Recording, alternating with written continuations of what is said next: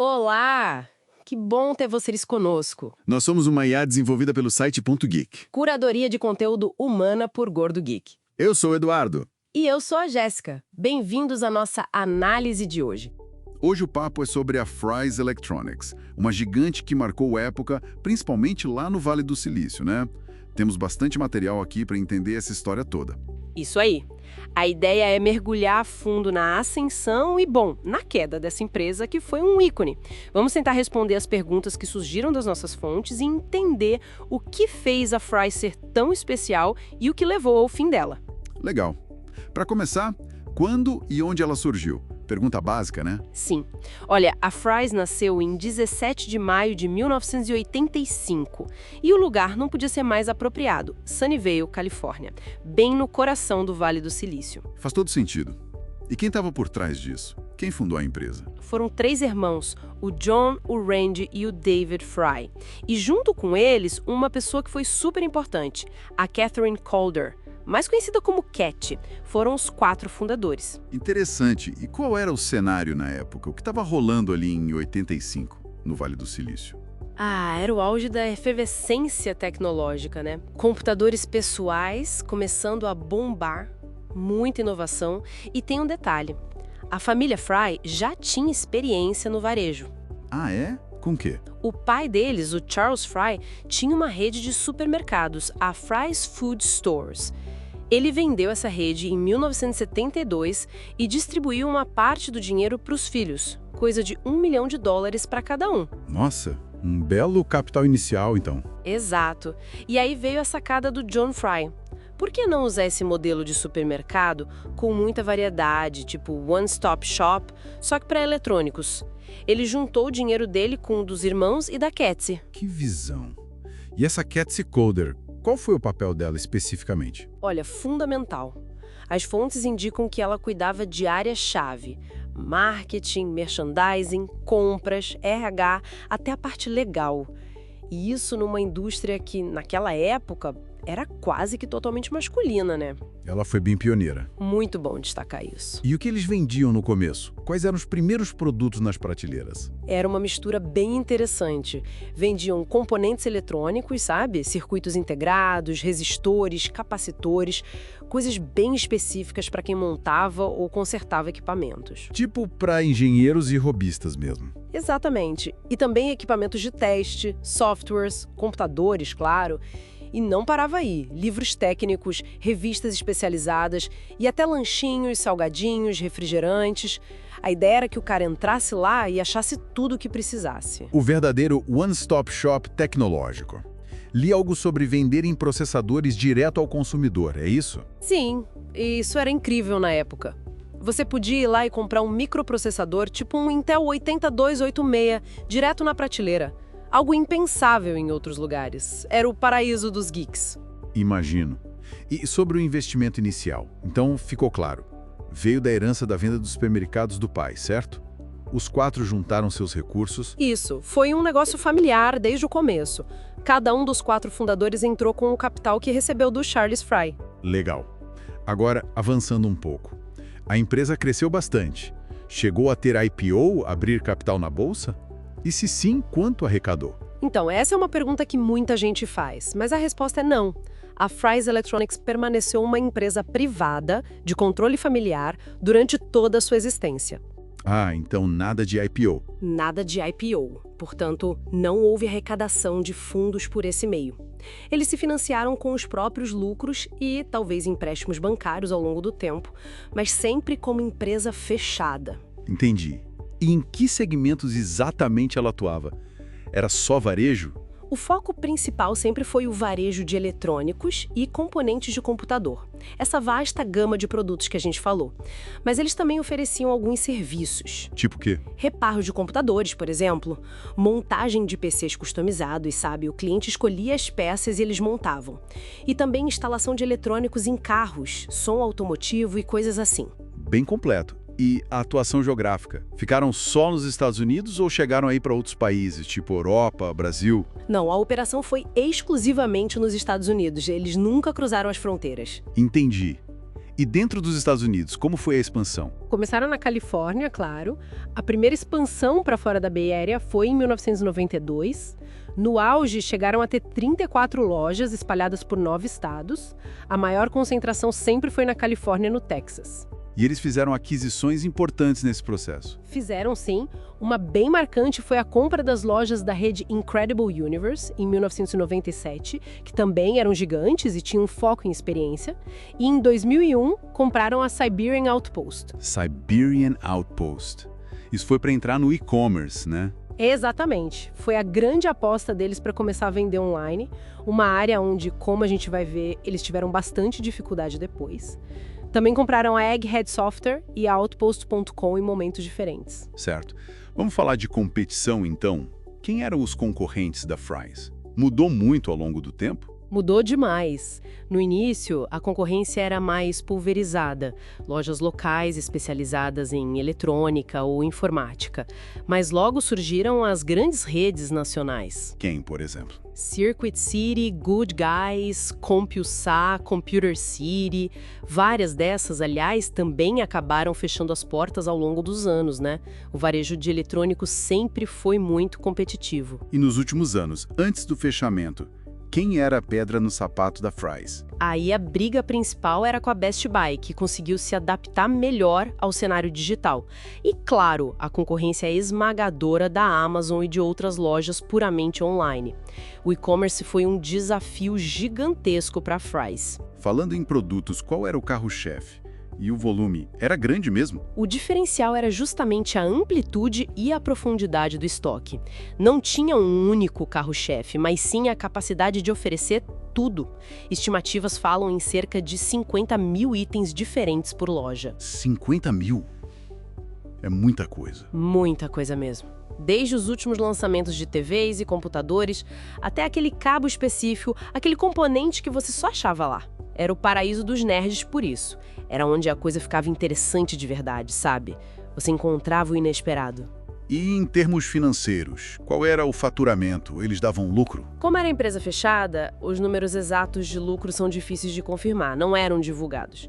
Mas as estimativas de receita anual no auge da empresa ficam ali entre 2 e 2,4 bilhões de dólares. 2 bilhões. É um volume considerável. Sem dúvida.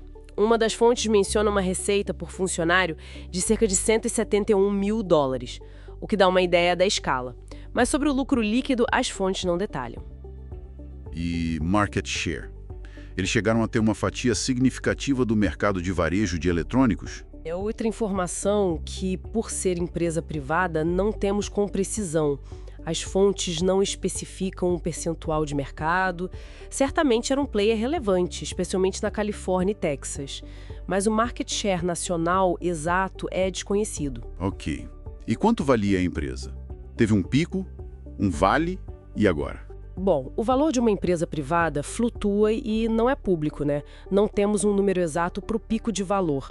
Uma fonte menciona um patrimônio estimado de John Fry em algum momento na casa dos 5,88 milhões de dólares, mas não do valor total da empresa. No pior momento, que foi o declínio final, o valor obviamente caiu muito. E o valor atual? Bom, é zero. A empresa foi liquidada. Triste fim. Isso nos leva aos momentos difíceis. Quais foram os piores momentos e as maiores dificuldades da Fry's? O período mais crítico foi claramente a partir de 2019. Começou com o fechamento de lojas isoladas, mas logo virou uma tendência. As prateleiras começaram a ficar visivelmente vazias. Por que isso aconteceu? Problema de gestão? Foi uma combinação de fatores. A dificuldade em competir com o online foi crucial. Mas um fator que acelerou muito o problema das prateleiras vazias foi a adoção do modelo de consignação nos últimos anos. Consignação? Como assim? Basicamente, a Fry's só pagava o fornecedor pelo produto depois que ele fosse vendido ao consumidor final. O estoque ficava na loja, mas ainda era propriedade do fornecedor. Ah, entendi. O risco ficava com o fornecedor. Exatamente.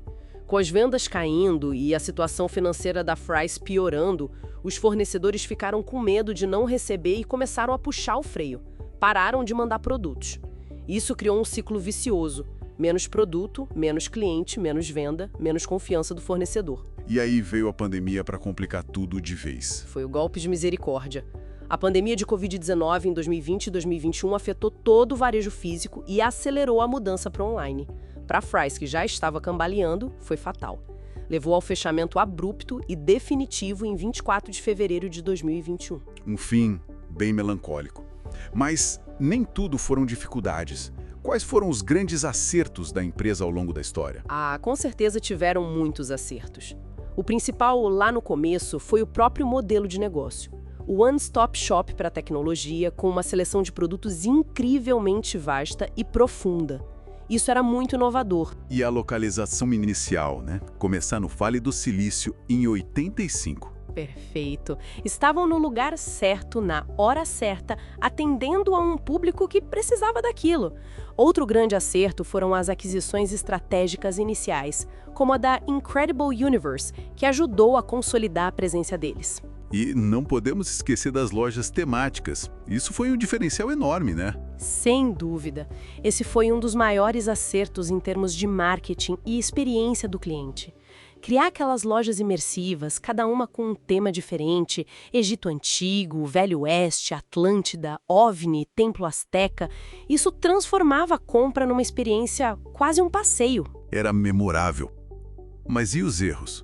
Onde a Fry's tropeçou feio? O principal, e acho que há um consenso sobre isso, foi a resistência e a lentidão em se adaptar ao comércio eletrônico. Eles até tentaram, compraram a Siberian Outpost lá atrás, mas nunca conseguiram integrar de verdade o online com o físico, nem competir de igual para igual com a Amazon e outros. Ficaram muito focados na loja física. Parece que sim. Outro ponto que piorou com o tempo foi o atendimento ao cliente. No início, dizem que tinham vendedores muito técnicos, que entendiam do assunto. Com a expansão, ficou mais difícil manter esse padrão e as reclamações sobre atendimento ruim se tornaram comuns. E o modelo de consignação que você mencionou, foi um erro estratégico? Olhando em retrospecto, sim. Pode ter sido uma tentativa de aliviar o fluxo de caixa no momento difícil, mas acabou sendo um tiro no pé, porque minou a confiança dos fornecedores e esvaziou as lojas, piorando a percepção dos clientes. A falta de estoque foi fatal. Entendi. Então, se a gente fosse resumir os pontos fortes e fracos da Fry's. Bom, pontos fortes. O inventário gigantesco e super variado, incluindo nichos. A expertise técnica inicial dos funcionários. As lojas temáticas, que criavam uma experiência única e memorável. E a localização estratégica original. E os fracos? A principal fraqueza foi a falta de inovação e adaptação digital, sem dúvida. Depois, o atendimento ao cliente, que se tornou inconsistente e muitas vezes ruim. Os desafios em escalar a cultura e a qualidade durante a expansão e, claro, a adoção do modelo de consignação no final. E o que os analistas de mercado diziam sobre a empresa, especialmente durante o declínio? As fontes que temos não citam diretamente relatórios de analistas formais, até por ser uma empresa fechada.